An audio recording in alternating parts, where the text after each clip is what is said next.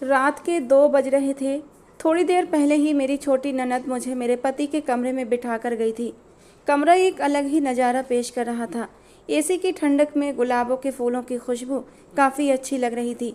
मेरे पति ने हमारी सेज बहुत ही खूबसूरती से सजाई थी। पूरी शादी में उनकी निगाहें मुझ पर ही टिकी हुई थीं, जो मुझे साफ महसूस हो रही थीं। अब आगे क्या होगा उसके बारे में सोचकर मेरी जान सूख रही थी। मेरी सहेलियों ने और कुछ औरतों ने छिपे शब्दों में मुझे आज की रात के बारे में बताया था कि औरत को तकलीफ़ सहनी होती है, इसके बाद ही शादीशुदा रिश्ते की शुरुआत होती है।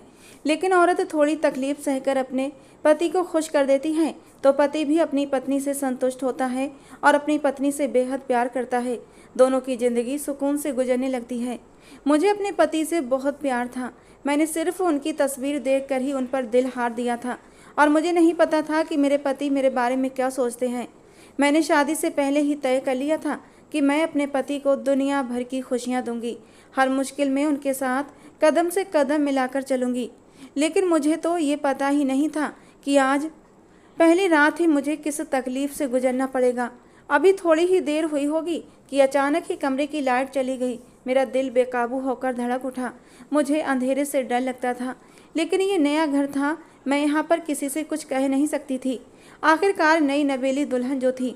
थोड़ी ही देर हुई होगी कि मुझे कमरे में किसी और की मौजूदगी का एहसास हुआ। मेरे हाथ पैर बुरी तरह से कांपने लगे थे। क्या मेरे पति आ चुके थे? जैसे ही सवाल मेरे दिमाग में आया, मेरा दिल तेजी से धड़कने लगा। अचानक ही कमरे में गहरी आवाज़ गूंजी, आप आराम से बैठ जाओ, मैं ही कमरे में आया हूँ। मैंने सुकून की सांस छोड़ी थी। मेरे पति के अलावा कोई कमरे में और दूसरा नहीं आया था। खैर, वो मेरे करीब बैठते हुए बोले, दरअसल घर में शॉर्ट सर्किट हो गया है, जिसकी वजह से लाइट चली गई है। आज की रात हमें बिना लाइट के ही गुजारनी होगी। आपको कोई समस्या तो नहीं है? मैंने तुरंत ही सिर नामे हिलाया और अचानक ही उन्होंने मेरा हाथ थाम लिया। मेरे शरीर के रोंगटे खड़े होना शुरू हो गए थे। मुझे लगा कि वो पारंपरिक दूल्हे की तरह मेरी तारीफ करेंगे। जितनी शौक चंचल उनकी पर्सनालिटी थी, मुझे इन सब चीज़ों की ही उम्मीद थी। लेकिन अचानक से उनका हाथ थामना और फिर अपने होंठों से लगाना मेरे शरीर में करंट दौड़ा गया था। वो मेरे करीब हो रहे थे और अचानक ही उन्होंने मेरी गर्दन पर हाथ रखकर मुझे अपने सीने से लगा लिया था और मेरे चेहरे पर जगह जगह अपना स्पर्श बिखेरने लगे थे। मेरे हाथ पैर ढीले पड़ने लगे थे। मैं मानसिक रूप से इस बात के लिए अभी तैयार नहीं थी। मुझे लगा कि वो मुझसे कुछ देर बातचीत करेंगे, मुझसे मेरा हालचाल पूछेंगे, लेकिन यहाँ तो उल्टी ही गंगा बह रही थी। अचानक आते ही उन्होंने मुझसे अपना हक लेना शुरू कर दिया था। मैं उन्हें रोकना चाहती थी, उनसे कुछ देर बातें करना चाहती थी, उन्हें बताना चाहती थी कि मैं अभी इस चीज़ के लिए तैयार नहीं हूँ, लेकिन उन्होंने मेरी एक भी नहीं सुनी। और जैसे ही मुझे अपने ब्लाउज की डोरियाँ खुलती हुई महसूस हुई, मेरे हाथ पैर कांपने लगे थे। मेरे माथे पर पसीने की बूंदें उभर आई थीं। मैं सहमी हुई आवाज़ में बोली, आदिल मेरी बात सुने, मैं अभी इन सब चीज़ों के लिए। अभी मैं कुछ और कहती उससे पहले ही उन्होंने अपने होंठ मेरे होंठों पर रख दिए थे और उनका रसपान करने लगे थे। मेरी जान होंठों पर आ गई थी। धीरे धीरे उनके होंठ मेरी गर्दन का सफ़र कर रहे थे और जैसे ही उन्होंने ब्लाउज को मुझसे अलग किया, उसके बाद तो मैं एक अलग ही दुनिया में पहुंच गई थी। उनके हाथ बेबाक अंदाज में मेरे पूरे शरीर पर उतरने लगे थे। मेरा पूरा शरीर कांप रहा था। समय तेज़ी से बीत रहा था और वो भी अपनी सारी हदें पार करते जा रहे थे। और जैसे जैसे वो मेरे करीब आते गए, मुझे अपना आप बेकाबू होता महसूस हुआ और फिर कुछ ही पलों में मैं उनकी बाहों में सिमट गई थी। अंधेरे में मैंने अभी तक उनका चेहरा नहीं देखा था, बस उनके वजूद को महसूस कर रही थी। कुछ बातों के बाद उन्होंने अपने मुंह से एक भी शब्द नहीं कहा था। धीरे धीरे समय गुजरता जा रहा था और वो मेरी सुंदरता में खोते जा रहे थे। फजर की अजान जैसे ही हम दोनों के कानों से टकराई, वो झटके से मुझसे अलग हुए। मैंने बंद बंद आंखें खोलकर उनका चेहरा देखने की कोशिश की, लेकिन अंधेरे में मुझे कुछ नज़र नहीं आया सिवाय उनकी सांसों की तपिश के। अब मुझे उनका वजूद भी महसूस नहीं हो रहा था। वो मेरे गाल पर एक किस करके उठे और कमरे से बाहर चले गए। मुझे दरवाज़ा खुलने और बंद होने की आवाज़ आई थी। मेरे शरीर में इतनी ताकत नहीं बची थी कि मैं उठकर वॉशरूम चली जाती और ख़ुद को फ्रेश कर लेती। बस चुपचाप बिस्तर पर पड़ी रही। थोड़ी देर बाद जब मेरी सुध लौटी तो मैं चुपचाप उठी और रास्ता टटोलते हुए बाथरूम में चली गई। मोबाइल की लाइट जलाकर मैंने शावर लिया था और फिर वजू करके कमरे में आ गई। सारी रात हम दोनों एक दूसरे के करीब रहे थे, लेकिन अजीब सी बेचैनी मुझे अपने शरीर में महसूस हुई थी। सहेलियों और बड़ी औरतों ने मुझे यही बताया था कि जब तुम दोनों पति पत्नी आपस में रिश्ता बना लोगे तो तुम्हें सुकून महसूस होगा, लेकिन ऐसा कुछ भी नहीं हुआ था। सिवाय बेचैनी के मुझे कोई और भी भावना नहीं आ रही थी।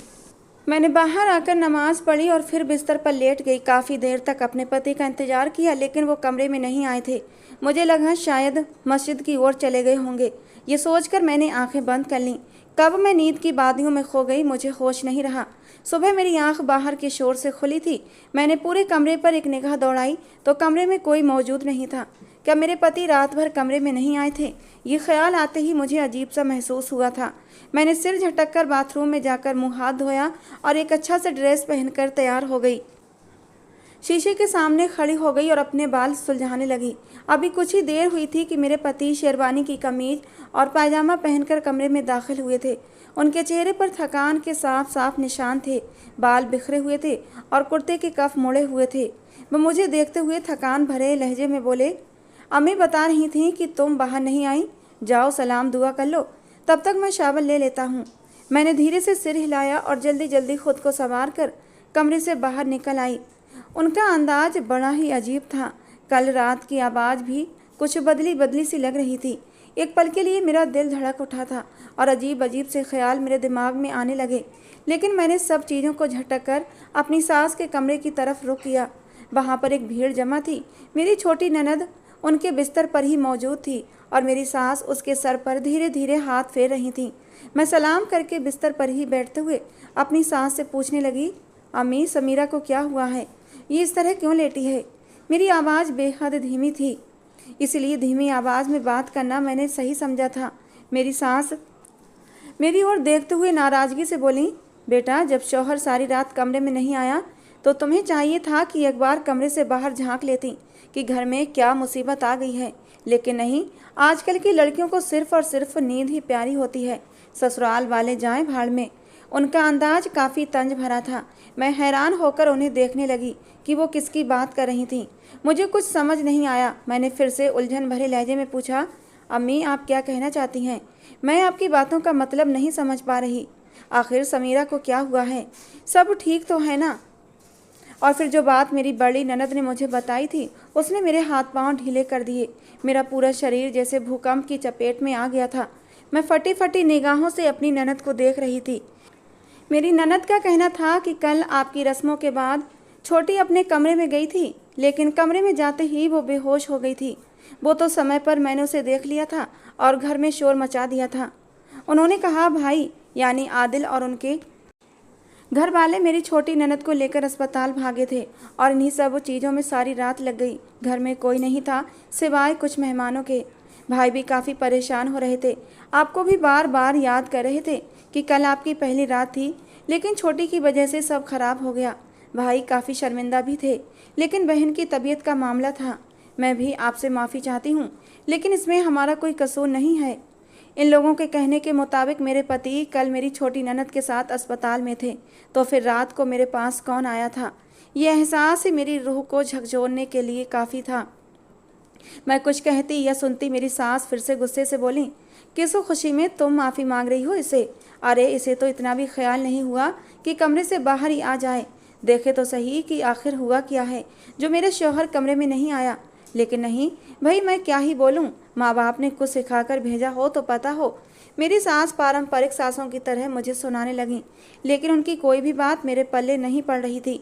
मैं तो अजीब सी उलझन में थी कि ये मेरे साथ क्या हो गया था। मुझे अभी तक कुछ समझ नहीं आ रहा था। मेरी बड़ी ननद मेरी ओर देखते हुए दोबारा से बोली, अच्छा अरीबा जाओ कमरे में जाओ, देखो तुम्हारे शौहर को किसी चीज़ की ज़रूरत तो नहीं। सारी रात वो परेशान रहा है। मैं फ़ौरन ही अपनी जगह से खड़ी हुई और सीधे अपने कमरे की ओर आई। मेरा हाल बहुत बुरा था। पूरा शरीर पसीने से तरबतर था। रात का एक एक पल मेरी आंखों के सामने किसी फिल्म की तरह चल रहा था। मैं पहली बार ही इस बात को महसूस क्यों नहीं कर पाई थी कि वो आवाज़ मेरे शौहर की नहीं थी, बल्कि उसे बनाकर मेरे सामने पेश किया गया था। और फिर उस शख्स का मुझे छूना मुझे सुकून क्यों नहीं दे रहा था, बल्कि मुझे सिर्फ और सिर्फ नफरत हो रही थी। सुबह उठने के बाद भी मुझे अपने शरीर में बेचैनी महसूस हो रही थी और अब मुझे इन बातों का मतलब अच्छी तरह समझ में आ गया था।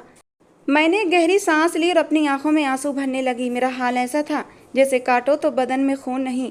कि औरत की ज़िंदगी इतनी मुश्किल होती है, मुझे आज पहली बार पता चला।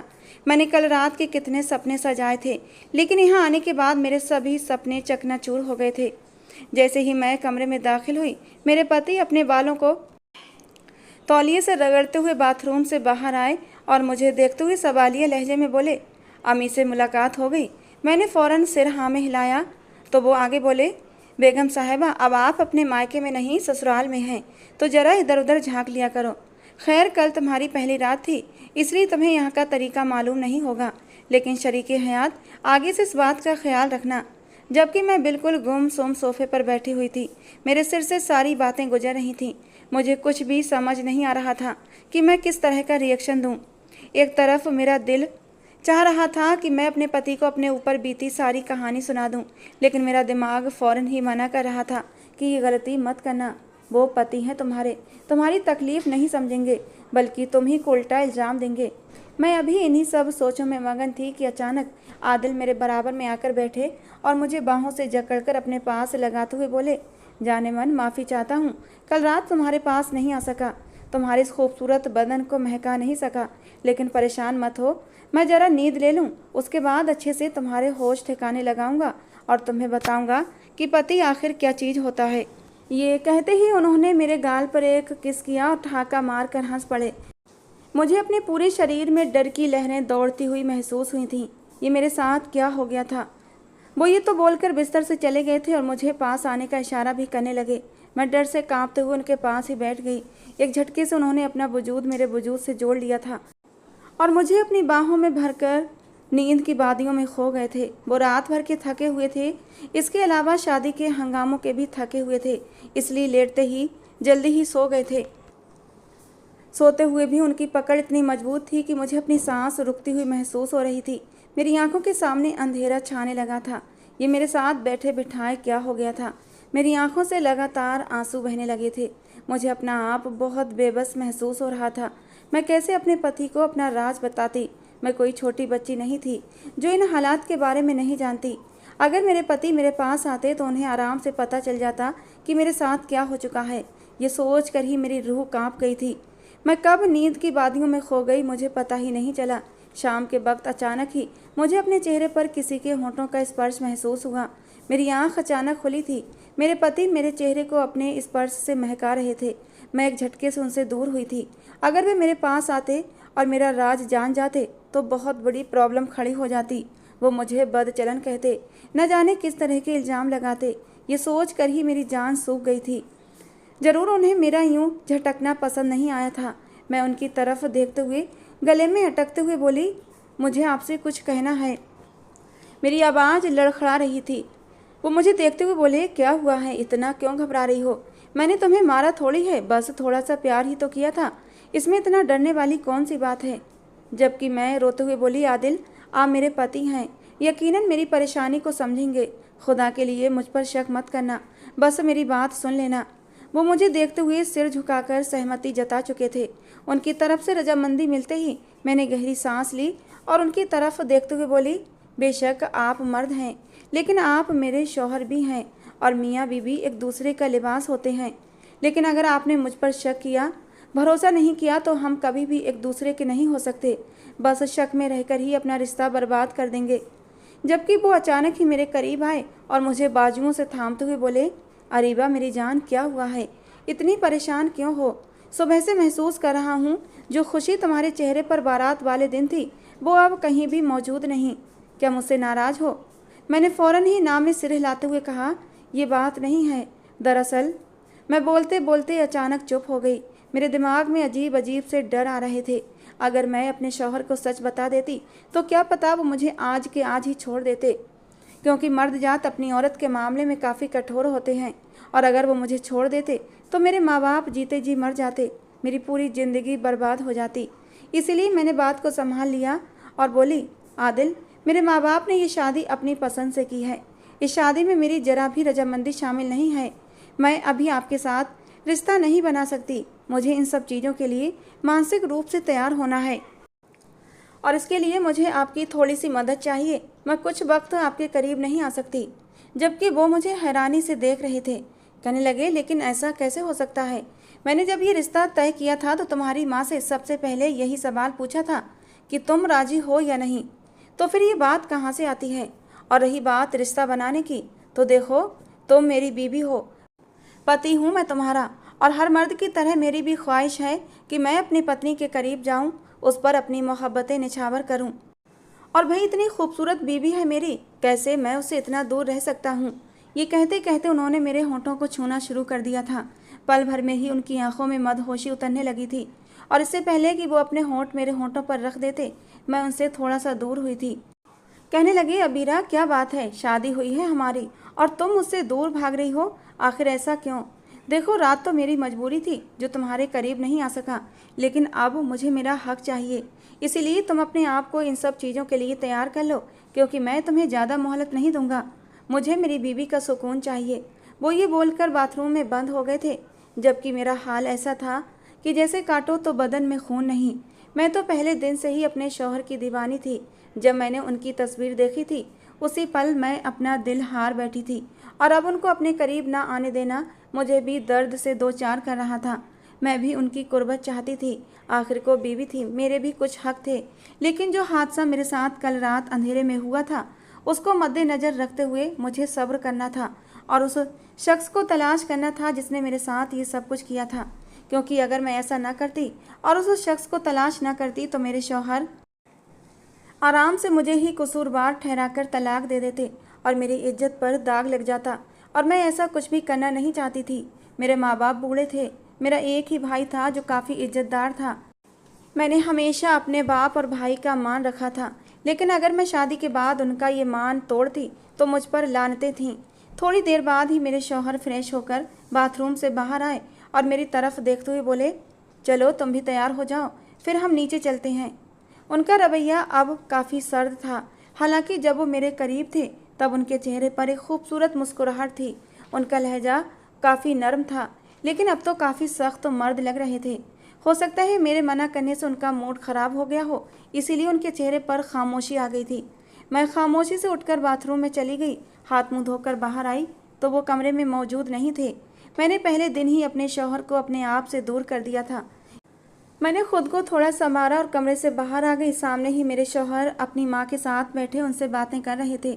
मेरी बड़ी ननद ने मुझे देखा तो फ़ौरन ही मुझे बैठने को कहने लगी। मैं उनके बराबर बैठ गई, जबकि मुझे अपनी सास की तेज निगाहें अपने वजूद की आर पार होती महसूस हो रही थीं। न जाने उनकी आंखों में ऐसा क्या था कि मुझे अपने जिस्म में खौफ की एक लहर दौड़ती महसूस हुई। अगर खुदा न खास्ता कल रात के बारे में उन्हें कुछ भी पता चल जाता तो हो सकता था ये मुझे अपने घर से बाहर निकाल देती।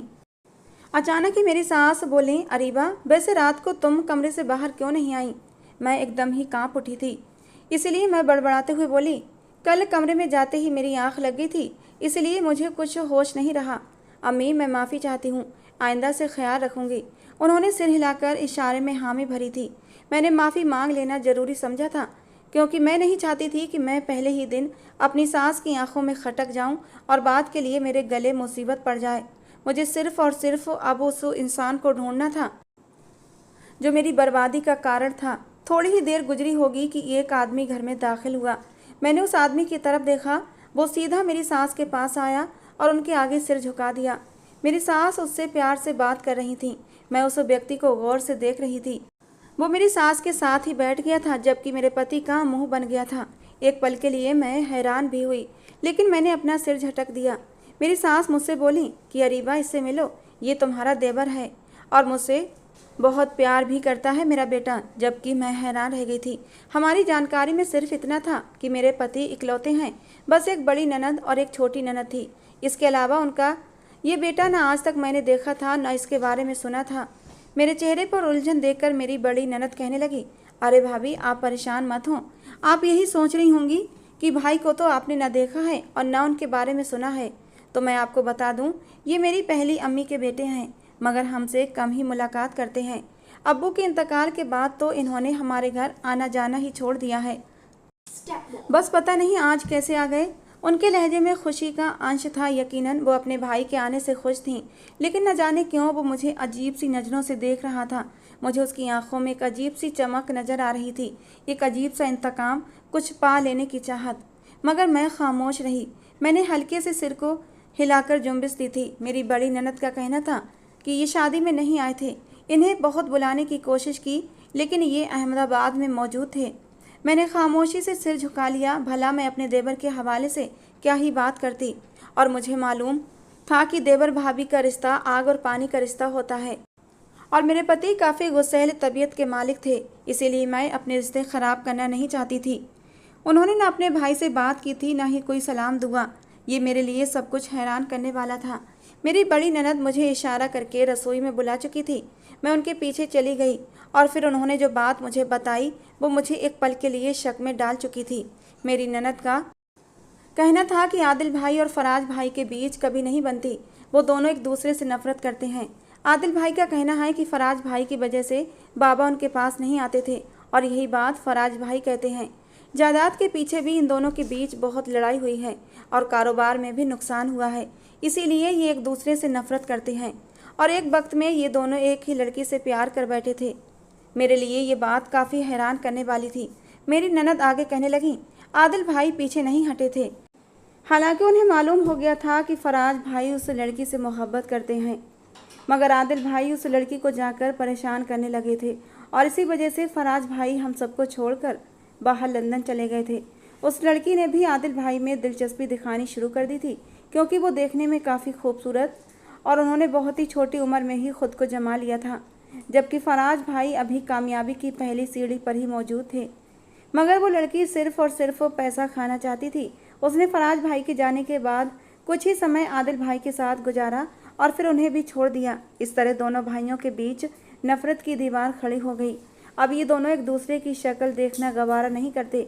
बेशक आदिल भाई मेरी बड़ी अम्मी के बेटे हैं, लेकिन मेरी अम्मी उन्हें बहुत चाहती हैं, इसीलिए ये अक्सर हमसे मुलाकात के लिए आते रहते हैं। आदिल भाई से लड़ाई होने की वजह से वो शादी में नहीं आए थे। हालांकि अम्मी ने बहुत बोला था। मैं बिल्कुल चुप हो चुकी थी। मेरी आंखों के सामने कल रात का मंजर एक बार फिर लहराने लगा था। कहीं इंतकाम की आग ने फराज को इतना बदजन तो नहीं कर दिया कि वो मेरे साथ ये सब कुछ, और इसके आगे मैं कुछ सोच नहीं पाई थी। मैं फ़ौरन ही कमरे से बाहर आ गई। रसोई के दरवाजे पर खड़े होकर उसकी आवाज़ सुनने लगी, और जैसे ही वो अपनी माँ से बात करने लगा, मेरे जिस्म के रोंगटे खड़े हो गए थे। ये आवाज़ जानी पहचानी थी। ये आवाज़ रात ही तो मैंने अपने बहुत करीब से सुनी थी। क्या ये वही था जिसने मेरे साथ कल रात सुहागरात मनाई थी? मेरे जिस्म में आग सी लगने लगी थी। मेरा बस नहीं चल रहा था कि इस इंसान का कत्ल कर दूं। इसकी वजह से मेरी पूरी ज़िंदगी बर्बाद हो गई थी, लेकिन मैं अभी कोई फ़ैसला नहीं ले पाई थी, क्योंकि मुझे मालूम ही नहीं था कि ये वही असल मुजरिम है। थोड़ी देर गुजरने के बाद वो हमारे घर से चला गया, लेकिन उसके वाज़ेह तौर पर मुझे ऊपर से नीचे तक देखा था, और ये आखिरी मोहर थी कि ये वही इंसान है जिसने मेरे साथ बदसलूकी की है। मैं कमरे में आकर बैठ गई। वक्त तेज़ी से गुजर रहा था, और रात का साया हर जगह फैलना शुरू हो गया था। यकीनन मेरे पति आज रात फिर मेरे करीब आने की कोशिश करते, ये सोच कर ही मैं डर चुकी थी। मुझे समझ नहीं आ रहा था कि मैं किस तरह अपने पति को उनके भाई की करतूत बताऊं। अगर मैं बताती तो यकीनन खून खराबा होना था, लेकिन मैं भाई भाई में लड़ाई करवाना नहीं चाहती थी। लेकिन मेरी इज्जत का भी मामला था। मैं इस तरह हाथ पर हाथ रखे नहीं बैठ सकती थी। इन दोनों भाइयों की दुश्मनी में सवालिया निशान मेरी शख्सियत बन गई थी। रात को जैसे ही मेरे पति कमरे में आए तो उनका रूप कुछ बदला बदला सा था। आंखों में खून उतरा हुआ था। वो गुस्से से देखते हुए बोले, अपना सामान बांधो और निकलो मेरे घर से। कल रात जो तुमने रंग रलियां मनाई हैं उसकी वीडियो मेरे पास आ चुकी है। मैं तुम्हें एक शरीफ औरत समझता था, लेकिन तुमने जो किया है, मुझे यकीन नहीं आ रहा कि औरतें ऐसी मक्कार भी होती हैं। मैं तो ऐसी औरतों से वाकिफ़ ही नहीं था। मेरे निकाह में होते हुए मेरे ही बिस्तर पर तुम किसी गैर मर्द के साथ सुहागरात मना चुकी हो। उनके लहजे में आग जैसी तपिश थी। मेरा पूरा वजूद भूकंप की चपेट में आ चुका था। मैंने ख्वाबों ख्यालों में भी नहीं सोचा था कि मेरे पति मेरे इस राज के बारे में इस तरह जान जाएंगे। मैं फ़ौरन ही रोते हुए बोली, आदिल, इस सब में मेरा कोई कसूर नहीं। अगर आपके पास वीडियो आई है तो कम से कम आप ऐसे गौर से तो देखें कमरे में कितना अंधेरा है। अगर आपको मेरी बात पर यकीन नहीं तो आप मेहमानों से पूछ सकते हैं कि कल रात को बिजली चली गई थी, जिसकी वजह से कमरे में घोप अंधेरा था, और मुझे मालूम नहीं था कि कमरे में कौन आया और कौन मेरे करीब हुआ था। मेरा क्या कसूर? मैंने तो आज तक आपसे बाहर मुलाकात भी नहीं की जो मैं आपके लम्ब से वाकिफ़ होती। मुझे खुदा के लिए माफ़ कर दें, इन सब चीज़ों में मेरा कोई कसूर नहीं। और जहाँ तक मुझे लगता है ये सब करने वाला आपका अपना खून, आपका अपना भाई फराज है। मैं जब बोलने पर आई तो सब कुछ बोलती चली गई। मुझे सिर्फ़ और सिर्फ अपनी इज्जत का ख्याल था। मैं किसी भी तरह खुद को महफूज करना चाहती थी। मेरी तो अभी ही शादी हुई थी। अगर ये मुझे छोड़ देते तो मेरे माँ बाप का क्या होता? ये सोच आते ही मेरा दिल कांप उठा था। जबकि वो मुझे बाजू से पकड़ कर झंझोड़ते हुए बोले, मेरे भाई के बारे में बकवास करने की तुम्हें कोई ज़रूरत नहीं है। वो अपनी हद कभी पार नहीं कर सकता। हाँ, हम दोनों के बीच नफरत है, लेकिन उसे इतना ज़रूर पता है कि तुम मेरी बीवी हो और हम लोग गैरतमंद लोग हैं, कभी भी दूसरे की बीवी पर नज़र नहीं डालते। जबकि मैं रोते हुए बोली, अल्लाह के लिए मेरे हाल पर रहम खाएं। अगर आपको यकीन नहीं तो आप मेरा और अपने भाई का मेडिकल टेस्ट करा लें।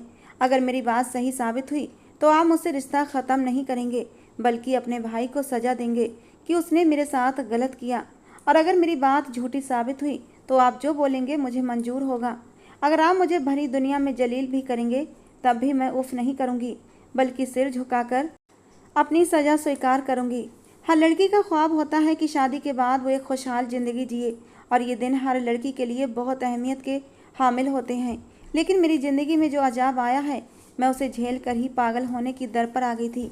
मेरी ये बात सुनकर मेरे पति खामोश हो गए और उन्होंने फ़ौरन ही अपने भाई को फ़ोन करके अस्पताल आने को बोला और मुझे भी अस्पताल लेकर पहुंच गए।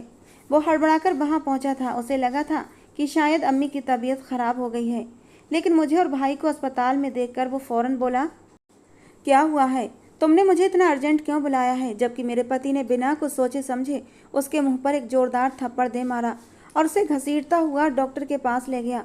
मेरी तो हालत ही ख़राब हो रही थी। बड़े भाई का लिहाज करते हुए उसने बराबर का हाथ नहीं चलाया था। मेरे पति अपने भाई की तरफ देखते हुए बोले, जो वीडियो तूने मुझे भेजी है मैं जानता हूँ उसमें तू ही है, और तूने ही मेरी गैर मौजूदगी का फ़ायदा उठाकर मेरे बीवी के साथ गलत काम किया है। तो जैसे भाई पर लानत है जो अपने इंतकाम की आग में इतना गिर गया कि इंसानियत ही भूल गया कि उसकी भाभी माँ के बराबर है। जबकि अब मेरा देवर वहाँ से भागना चाहता था, लेकिन मेरे पति ताकत में उससे ज़्यादा थे। उन्होंने फ़ौरन ही मेरे देवर का चेकअप करवाया तो मेरी बात सच साबित हो गई। मेरे करीब कल रात आने वाला कोई और नहीं बल्कि मेरा देवर ही था, और जब मेरे पति ने उसे पुलिस की धमकी दी तो उसने खुद ही सब सच बता दिया था कि मैंने कल रात तुम्हारे जाने का फ़ायदा उठाया और भाभी के साथ रात गुजारी। लेकिन अब मैं शर्मिंदा हूँ, मैं यहाँ से चला जाऊँगा, तुम्हें परेशान होने की ज़रूरत नहीं। जबकि मेरे पति का बस नहीं चल रहा था कि वो उसका कत्ल कर दें, लेकिन एक खून होने की वजह से उन्होंने अपने भाई को माफ़ कर दिया और मुझसे भी माफ़ी मांगी थी। मेरी ज़िंदगी अब काफ़ी बेहतर थी। मेरे पति भी मेरे साथ बहुत नरमी से पेश आते हैं और जब उन्हें मौका मिलता है अपने भाई की उस करतूत की मुझसे माफ़ी भी मांगते हैं। दोस्तों, आज की ये कहानी कैसी लगी ज़रूर बताना। पसंद आई हो तो प्लीज़ लाइक करना। रोज़ एक नई कहानी सुनने के लिए हमारे चैनल को भी सब्सक्राइब करना। मिलते हैं दोस्तों अगली किसी नई कहानी में।